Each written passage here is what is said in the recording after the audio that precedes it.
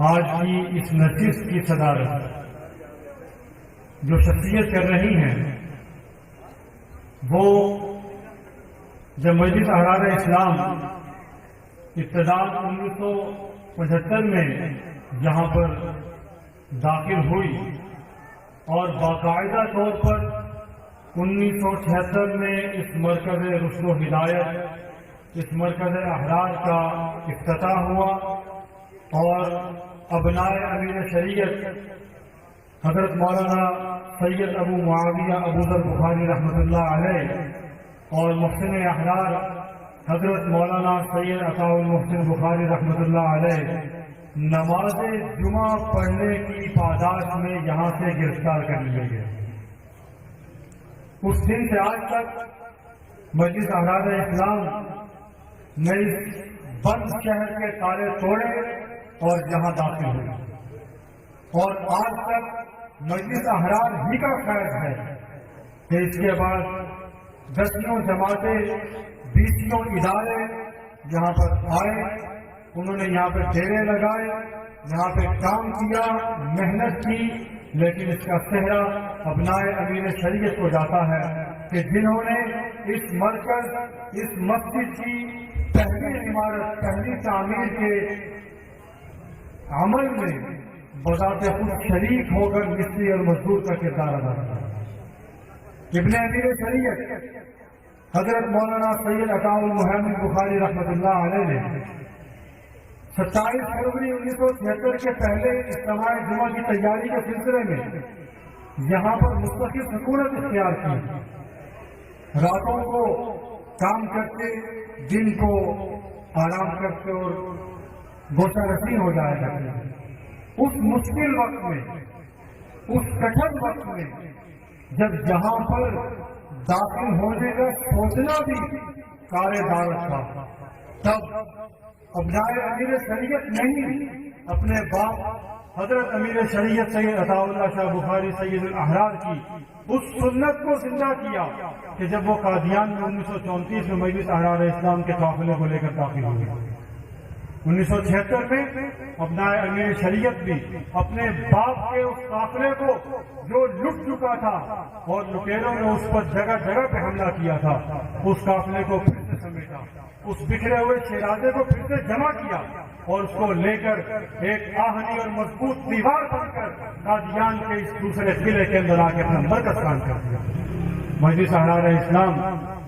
یہاں پر موجود ہے اور پورے اپنے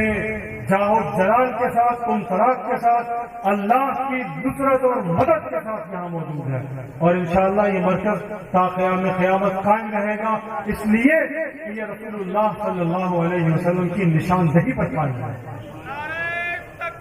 ایسا مرکز نہیں ہے کیونکہ معمولی جگہ نہیں ہے، اس کی اہمیت کا اندازہ رکھیے۔ احرار کارکن بالخصوص اس مرکز کو معمولی مرکز نہ سمجھیں،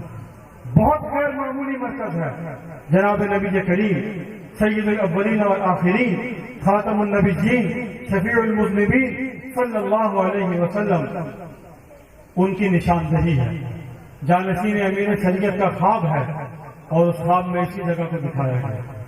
الحمدللہ یہ مرکز حاصل ہوا اور اسے کوئی چھین نہیں سکتا،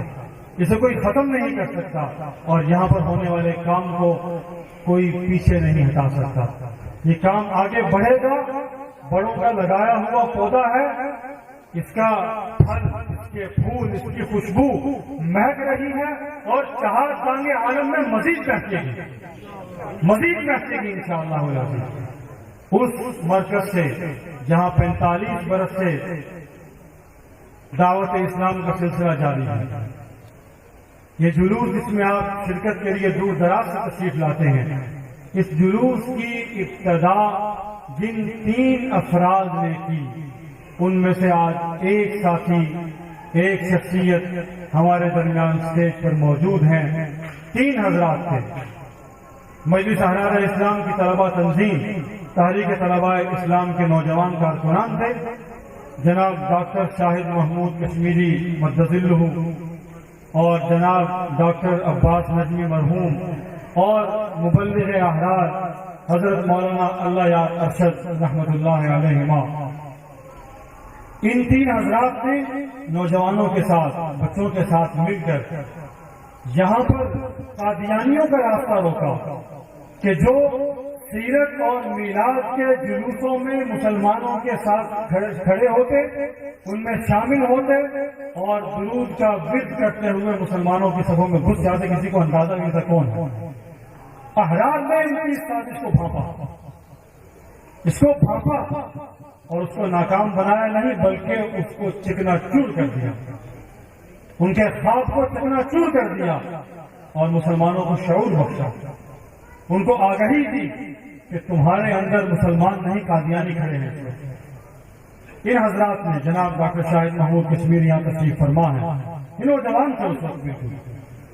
انہوں نے اس جلوس کی ابتدا کی، قادیانیوں کو ان جلوسوں میں سے نکالا، وہاں خود گئے اور 3 لوگ تھے اور الحمدللہ قافلہ ہے، یہ بڑھے گا کم نہیں ہوگا اور انشاءاللہ یہ قادیانیوں کی ہدایت کا ذریعہ بنا تھا، بنا ہوا ہے اور آئندہ بھی اس کے ذریعے قادیانیوں کو ہدایت ملے گی۔ آج کی یہ نشست ان کی صدارت میں الحمدللہ چل رہی ہے، اللہ جل شانہ ان کو صحت و عافیت سے سلامت رکھے اور یہ سلسلہ آگے بڑھتا رہے۔